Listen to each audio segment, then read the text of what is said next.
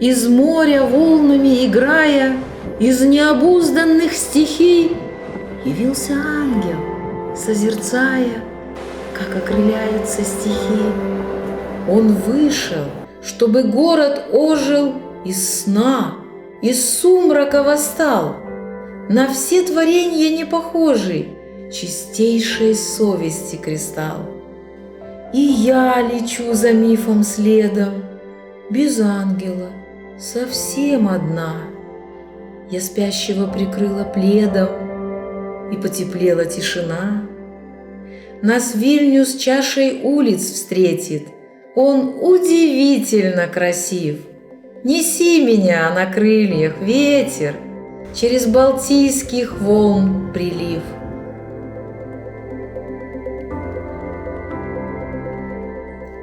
Как труден путь к себе, когда колюч валежник слежавшихся обид и застарелых ран.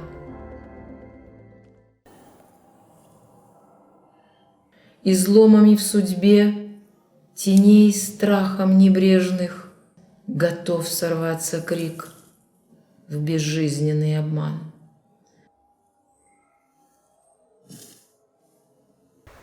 Но мудрость говорит, слова простые и четкие, что оживить глагол должны мы на земле.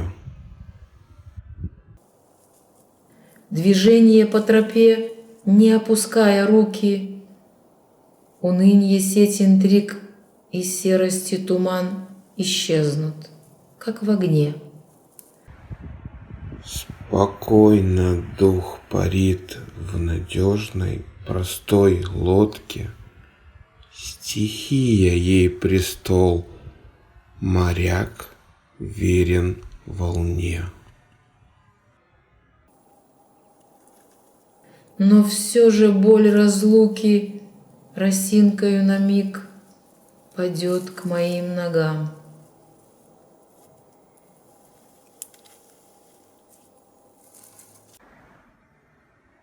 Терпение гранит пред ожиданием кроткий, и жизни ореол сияет в тишине.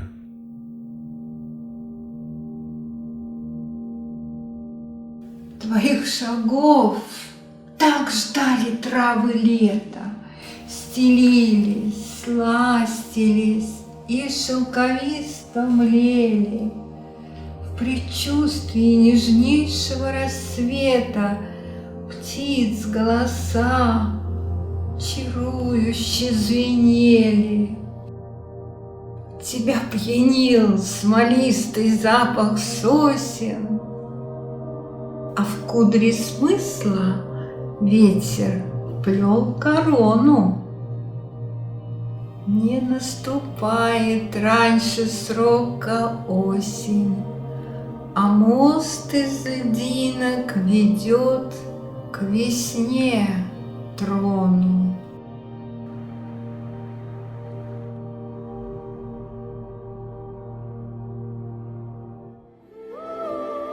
Живите по совести, живите по совести, живите только по совести.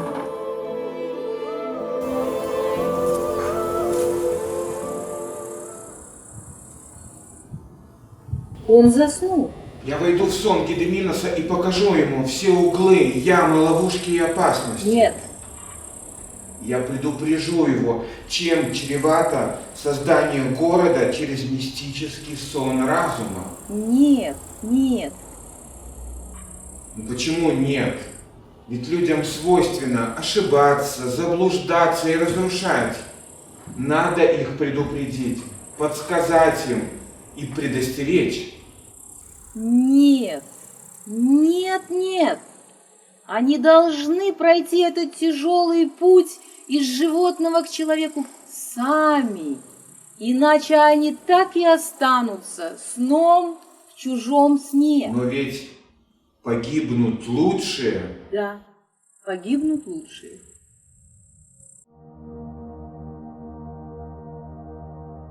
Как глупо говорить «погибнут». Они уйдут, чтобы изменить мир и осветить себя, оставив память о жестокости тех рас, что отошли от Бога.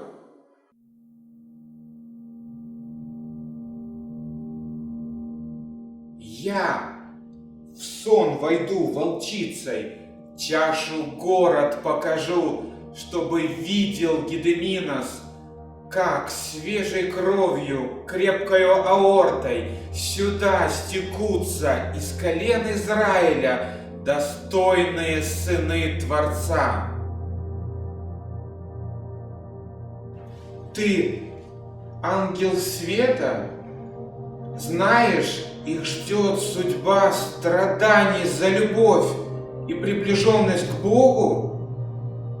Или полной чашей будет жизнь? Скажи, пока он крепко спит.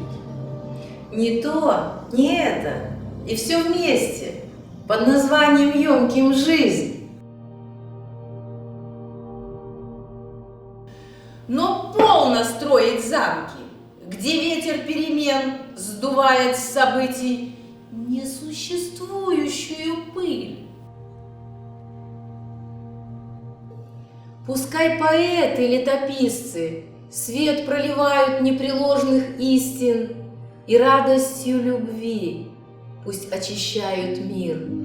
Мы отступаем в тень их лир.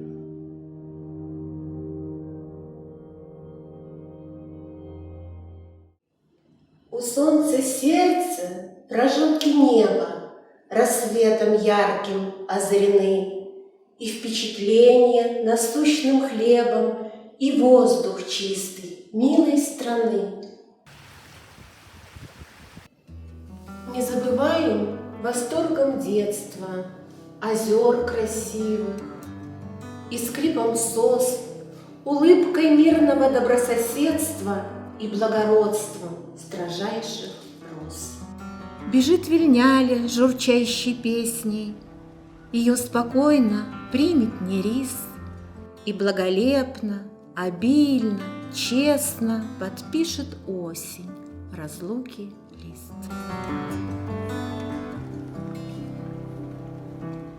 Ковром небесным укрыло небо тепло желаний пещер уютных, и пахнут стены вкуснейшим хлебом. Воздух ликует от песен чудных. Укрыты ставни, пряча смущение от озарения, от фотоспышек. Иерусалимское настроение восторгом дышат здесь даже крыши.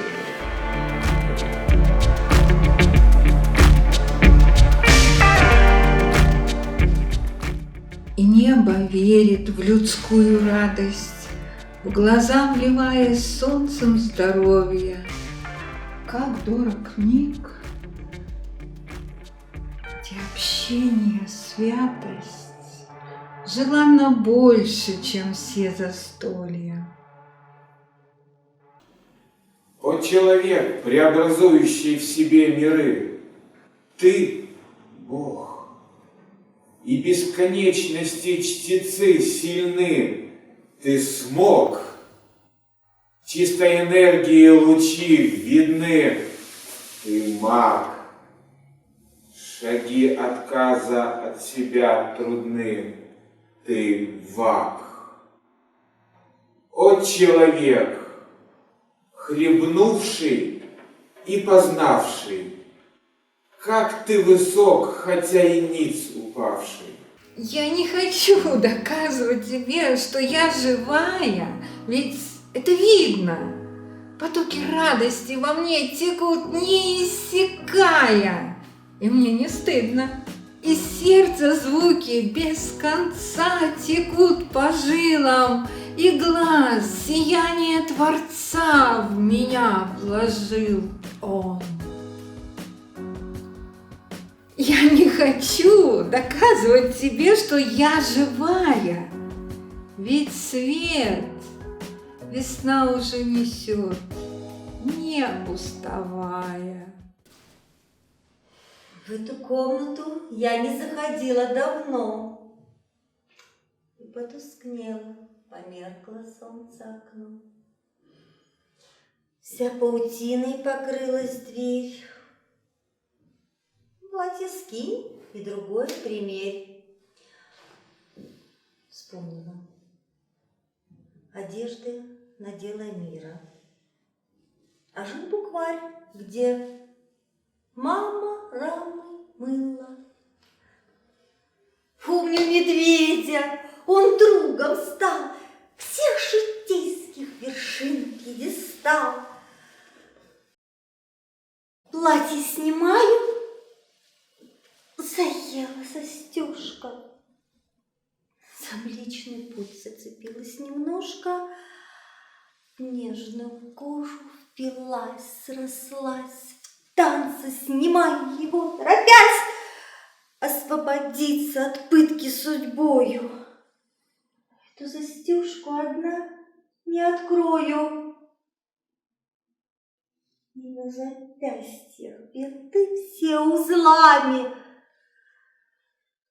Люди свободы, вы где? Мне бы с вами. Я не поверила, что рождена для борьбы. Платье исчезло, не скрыв наготы. Чистой энергией свет вдруг очнулся. Меня омыл и к душе прикоснулся. Мы исчезаем в одеждах для бала. Здравствуй! Ты знал, что тебя я искала?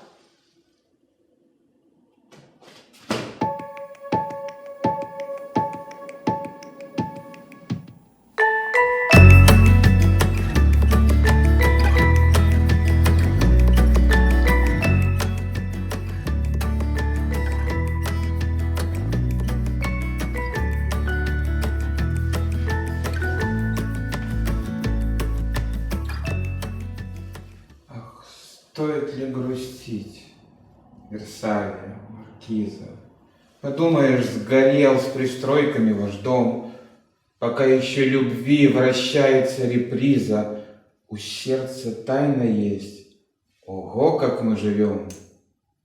Так выпьем же за тех, кто вопреки пожарам надеждою живут и тайн не выдает, кто эликсир любви, глотнув под легким паром, тот час ее секреты беспечно познает.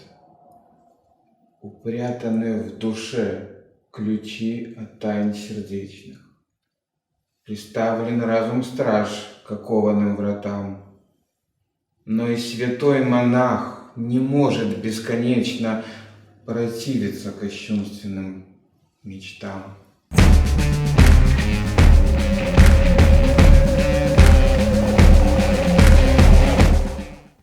Так выпьем же за тех, кто вопреки запретам благословит любовь и прославляет страсть, и кто за поцелуй готов на край планеты лететь, идти и плыть, и на колени пасть. Не надо быть царем, чтоб царствовать на ложе, застеленном любовью в ласках и мечтах. Цариц, словно овец, считал пастух, похоже, наложный царь считал с улыбкой на устах.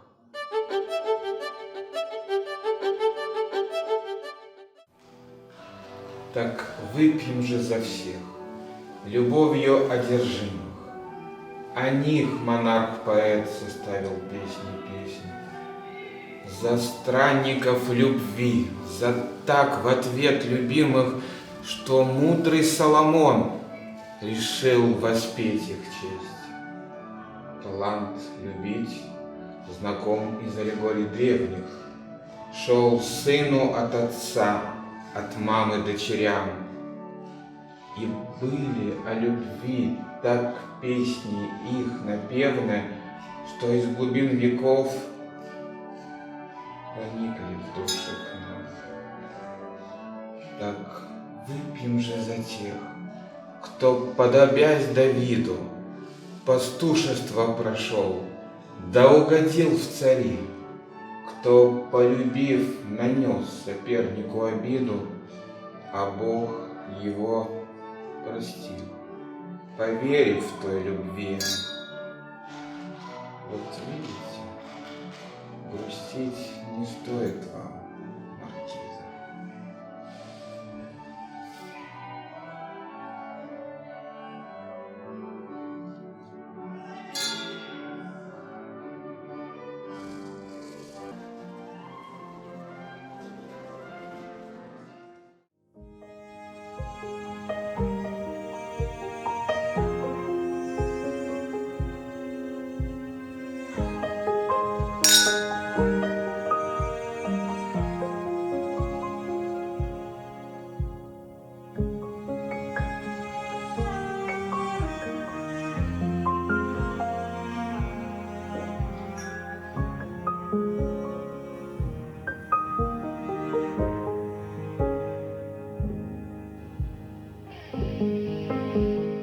Перья стихов отлетают в вечность, их парение чувствует душа и питается нектаром музыки высших сфер. Но разве стихи не сходят свыше в умы поэтов? Разве быть поэтом — это не дар Божий?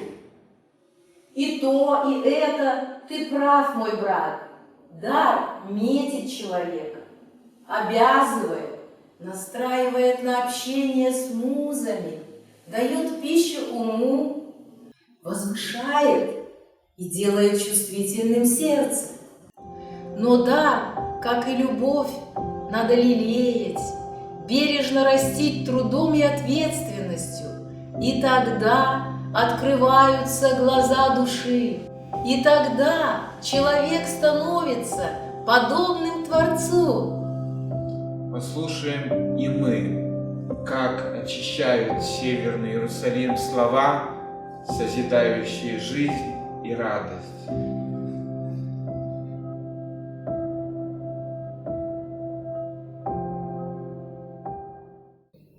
Тонкой вязью холод чертит утро, очертания домов рисуя смутно. Одеяло сна прикрыла землю, и она, сложив ладошки, дремлет. Монитор урчит, ленясь работать, опечатки и ошибки штопать. В сердце же весна и цвет сирени распустились тихой полутени. И не может снег в тепло ложиться, ночь, чарующей улыбкой, небу снится. Расцветут подснежники, красуясь, с игрой ветра рифмами целуясь. Не смотри так, дай весне случиться, холоду земною жизнью слиться, испытать вновь прочность жар камина. Эта ночь звучит неповторимо. Мы с волком были на луну, забравшись на гору, вещали о скрытой дикости и в миф, подсмотренные наяву, попали.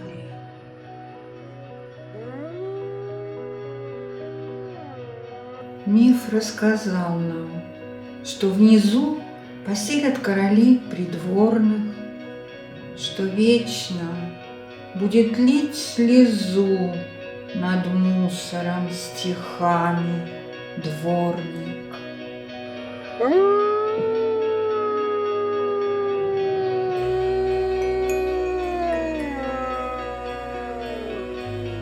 Железным волком стала я, дитя из Рима. Мне ночь луной ярко светла, и лик мой рыла.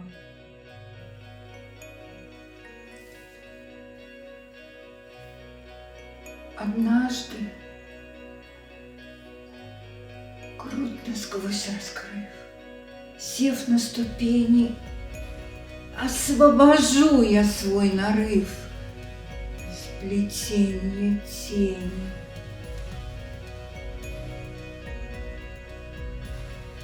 Волк вышел медленно, щадя изломы раны. Лизнул он руку мне любя и стал охраной. Он чувствует, когда мой враг льстиво крадется. Волк нападает не за страх, в нем сердце бьется. Он различает ложный дым, щетиня шеи.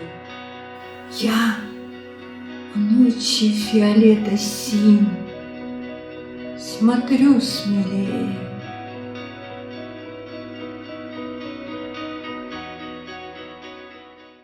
Течет река, серебряная лента, и, извиваясь, точит берега. Седой обрыв природным монументом стоит надменно долгие века. Когда мне Бог дарует оказаться в обзорной точке над моей рекой, я не могу никак налюбоваться, паря меж лесом, небом и водой. Когда ж стезёю странника ведомый ищу я счастье у других широт, мне чудится порог оставленного дома и этот вид в 3 метрах от ворот.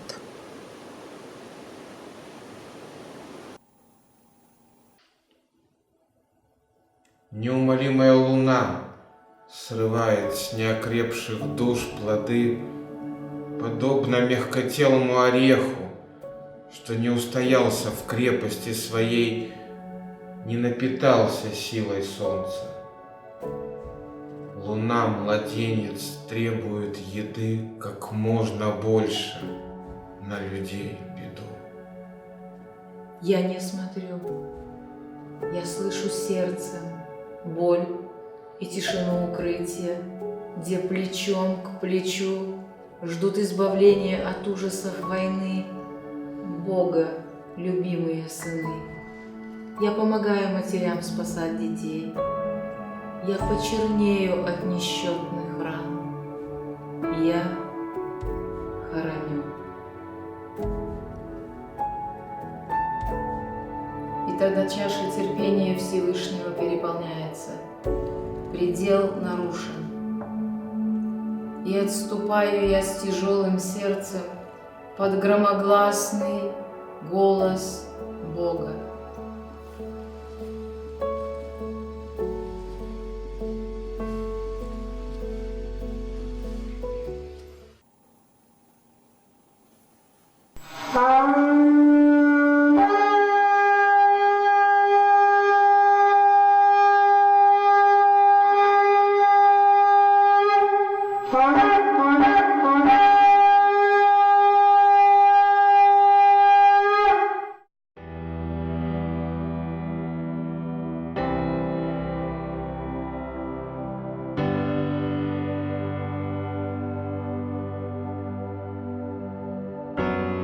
Я Блюма Шварц из Каунасского гетто.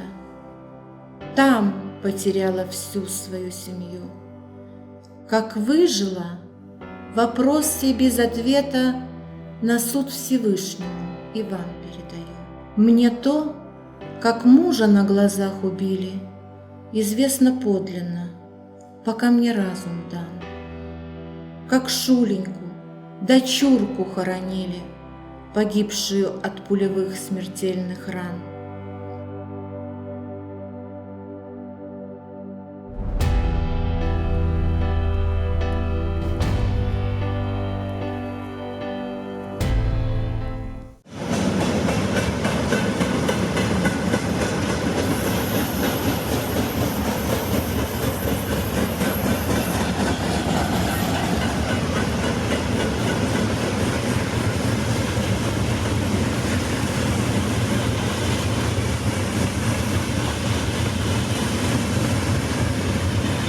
Я помню, свою память проклиная, как сына Яшеньку отдельно увезли, и как судьбу его дальнейшую не зная, молила небеса, чтоб хоть его спасли.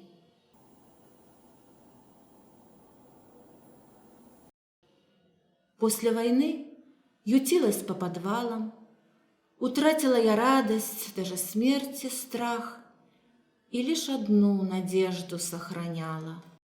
Ах, если б Яша выжил в лагерях!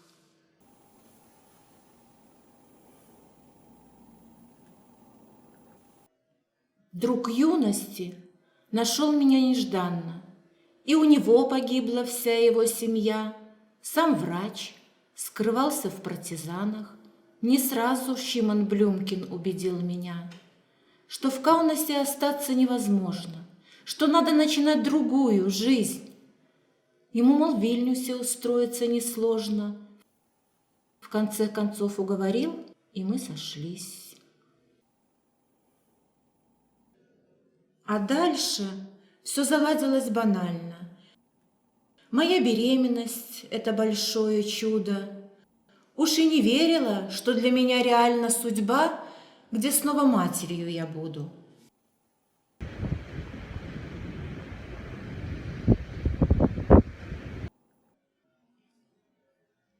В один прекрасный день из МВД письмо. А в том письме повестка к месту встречи. Мой Яшенька нашелся. Боже мой! Их эшелон прибудет нынче вечером. Я наскоро оделась, как могу бегу, а по дороге вспоминаю, каков теперь, представить не могу. Перед войной была бар-мицва в мае. Значит, 17, взрослый и большой, конечно же, кудрявый, весь в отца. Теплушку открывают. Ой, постой! Вдруг Яша превратился в беглеца.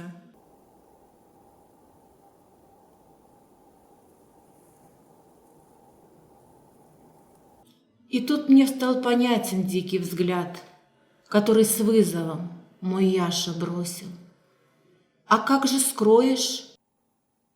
Животы торчат, кто носит месяцев примерно 8. Сын бедный видел экзекуцию отца. Сын точно знал, что мама овдовела. Он ждал объятий, с ними бед конца. А мама, вот какое дело. И Яшенька такой обиды не сдержал. Сорвался с места, сквозь толпу помчался. Доселе неизвестно, где он ночевал, кому прибился, почему скрывался. Тяжелый месяц, спать я не могла. Его милиция по всей Литве искала. Когда же в Каунасе, наконец, нашла, мне под расписку, как посылку передала. Был Яша дерганым еще 2 года. Закончил школу кое-как. Но тут, пройдя экзамены достаточно свободно, он поступает в медицинский институт. С учебой стал серьезным, изменился, и брата сводного признал и полюбил. А защитив диплом, тотчас женился, да внуков мне на радость наплодил.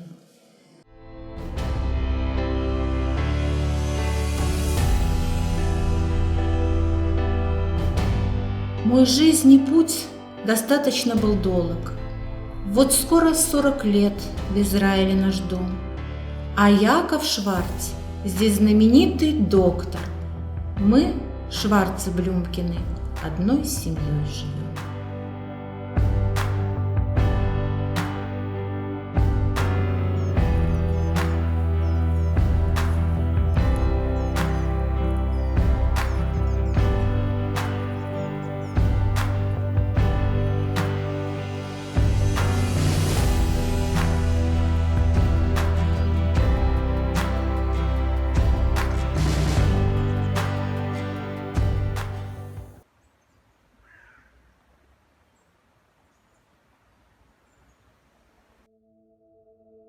Мы пережили мук и войн катарсис, увидели, что город вновь ожил, и парков свежесаженных оазис глаза питает чувством Божьих сил.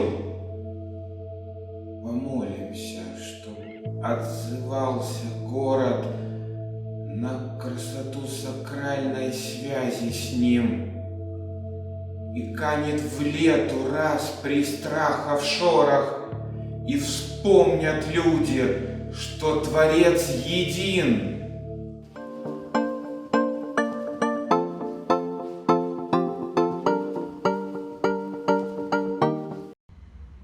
Тебя не кусала сегодня крапива?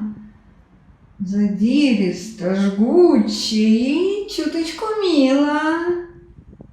И одуванчик не бросался в глаза, не перелетала дорогу и газал-стрекоза.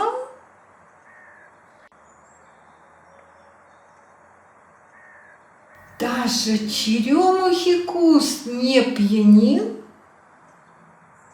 и яблонь цвет голову не кружил, и небо не пело песню жарко. Радуга не преломилась аркой. Ты не споткнулся о край земли, даже не слышал, как журчат ручьи.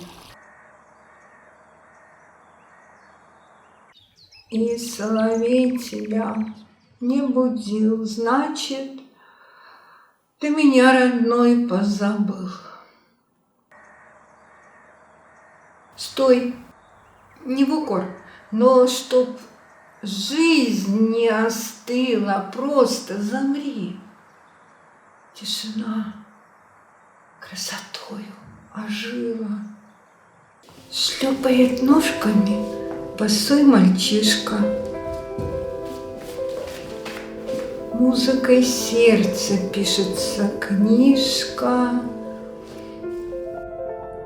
а в строчках кусается снова крапива, и одуванчики расправили крылья. Ну, здравствуй, лучами теплого дня, тебя обнимаем я и весна.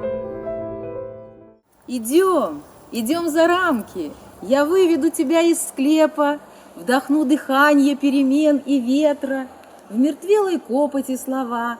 Природа оживает, и пора построить планы пробуждения гор. Затеяли Харибда с Сциллой спор, проснется ли от спячки человек в оковах тлена под покровом век. И у весны не отрастают ноготки, когда желания людские сном полны. Пошевелила пальчиком зима, оторваны у планов рукава, небрежным кроем лед взлохмачен, и цепкой ночью сумрак схвачен. Для пробуждения весны не доставало солнца песен из жизни, где мир бессловесен у ложа красоты любви.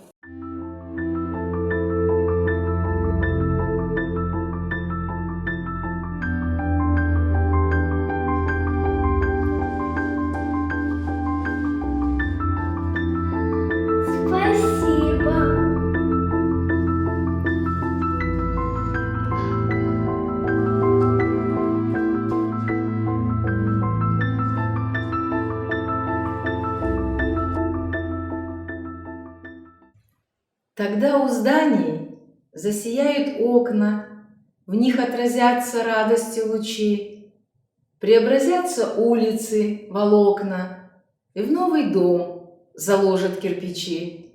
Улыбки матерей подарят детям спокойствие, здоровую судьбу, и каждый ангел снова станет светел. О том с поэтами я радостно пою. Послушай, я понял, что люди, несмотря на всю свою слабость, по сравнению с нами обладают таким богатством, которого нет у нас, возможностью развития. А разве это ценно? Ведь мы уже всем этим обладаем. Да, но мы всего лишь слуги. Я перестала понимать себя. Мы выполняем волю самого Творца.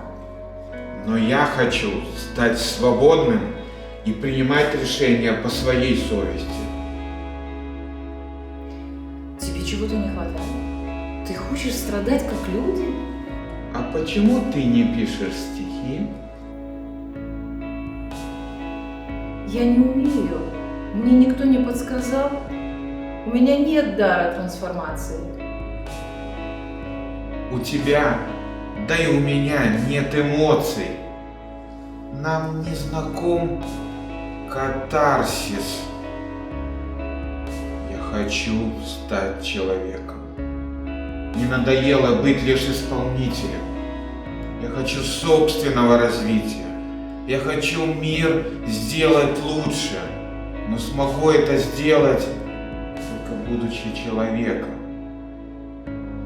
Знаешь, я боюсь забыть все знание, которое мне было дано. Да, все люди перед рождением получают ангельский удар по губам, который мы называем забыванием прошлого. Да, но только так человек, проходя свою жизнь, может получать собственные уроки. И я тоже хочу пройти этот путь.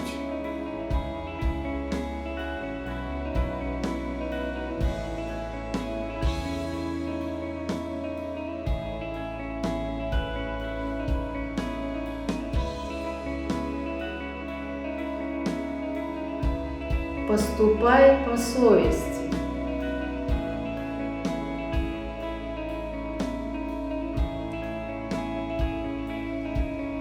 Теперь я понимаю, почему Рильке сказал: каждый ангел ужасен. Повернувшись спиной к строчкам Бодлера, раздвигая руками ноты лунных сонат, вглядись в себя, и ты попадешь в ад, с которого лестница Якова тянется, как росток стремится из тьмы земли к солнцу. Теряя ветхие ступеньки, ржавые гвозди и изъеденные червями доски миражей. Иди вперед, и о прошлом уже не жалей. Просыпайся, смелей.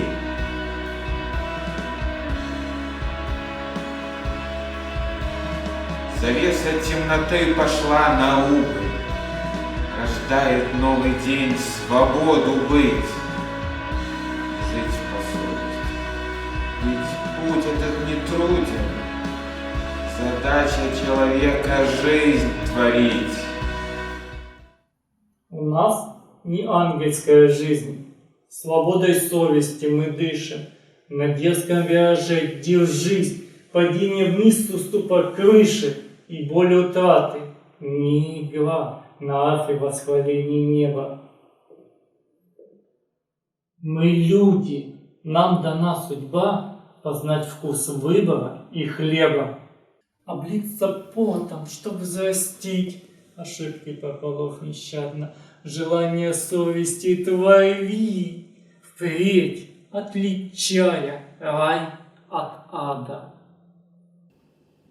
Живи по совести, Северный Иерусалим, и благодари Творца.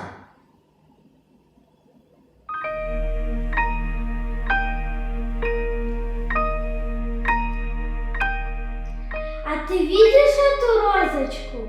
Да. Закрой один глаз, а потом второй. Закрой один глаз, а потом второй. А где же розочка?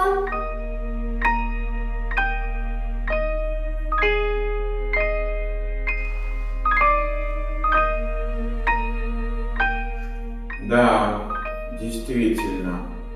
Я не тут и не там.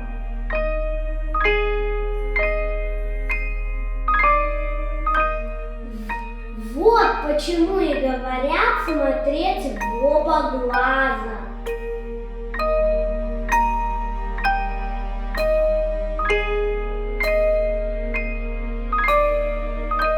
Вот попробуй закрыть один глаз, потом второй. Первый, второй. У тебя игрушка будет двигаться?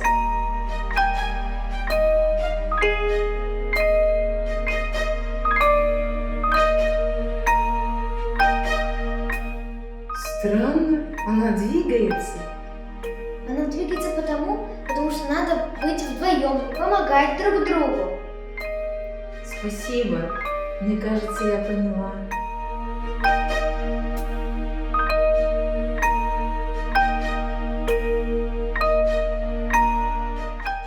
Наконец-то я им объяснил, что надо помогать друг другу и быть вместе.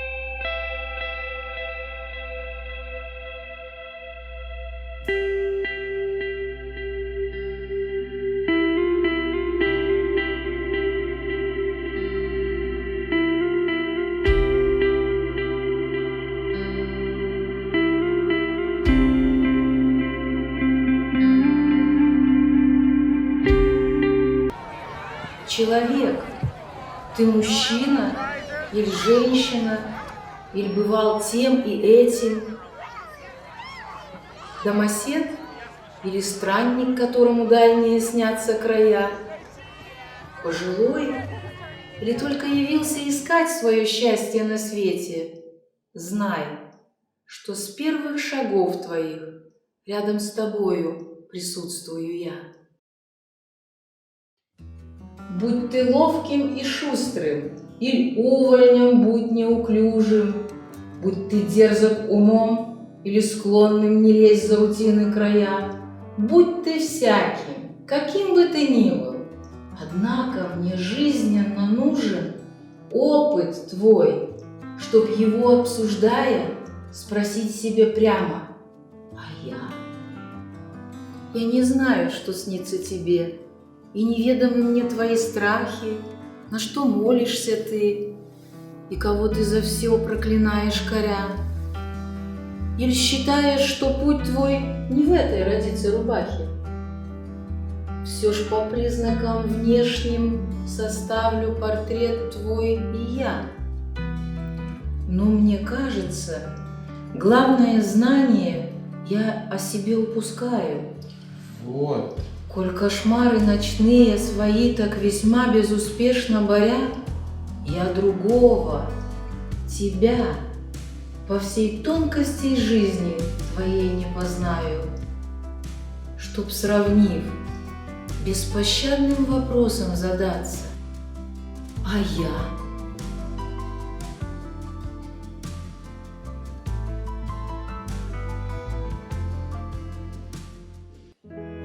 Когда проходит капельками света сквозь решето смешливых облаков послание радости, когда земля с улыбкою ждет лета, а ветер пробует дыхание цветов, нектар их сладости, когда дождинки изумрудом града отскакивают и резвятся с травами, прилив беспечности, когда тропинка ждет касания шага, а дуванчики не строчкой, главами раскинули сонеты вечности, когда рассвет, туманный и цветной мираж, полей размеренных хмельной кураж зовет в полет и собран экипаж. Тогда сгреби всю мелочь дней холодных, купи билет в страну счастливых и свободных и улетай. Мир сиротеет от таких пропаж. Отведав смысла огнем ведомого, с поджаркой слова душе знакомого, мир без завесы продаж вуалей стал интересен и стал реален. В 50 врата открываются в простор исполнения желаний. Здесь не пятиться лучше, а принять дух свободы и тернистость пути. Но пройти не придется вслепую в ошибках и аде страданий, если загодя сбросить плен страха и колючки оковы рутин.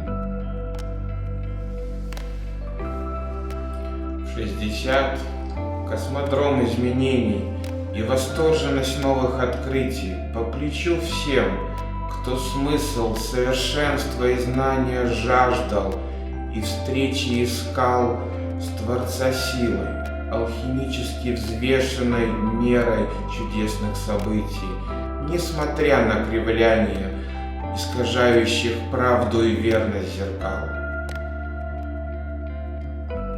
Из послушного став сознающим, что дух правит внутренней жизнью, потеряв сон привычек, в которых возвращен тяжелейший гроб-саркофаг, управляя набросками планами, предначертанием мысли, человек, распрямляясь, разжимает для рукопожатий кулак. Я хочу напомнить вам, люди, живите по совести, слушайте свое сердце, ведь в нем, подобно скрижалям, записаны заповеди, и город вашими и нашими делами обязательно изменится к лучшему, ведь совесть не имеет искажений. Живите по совести.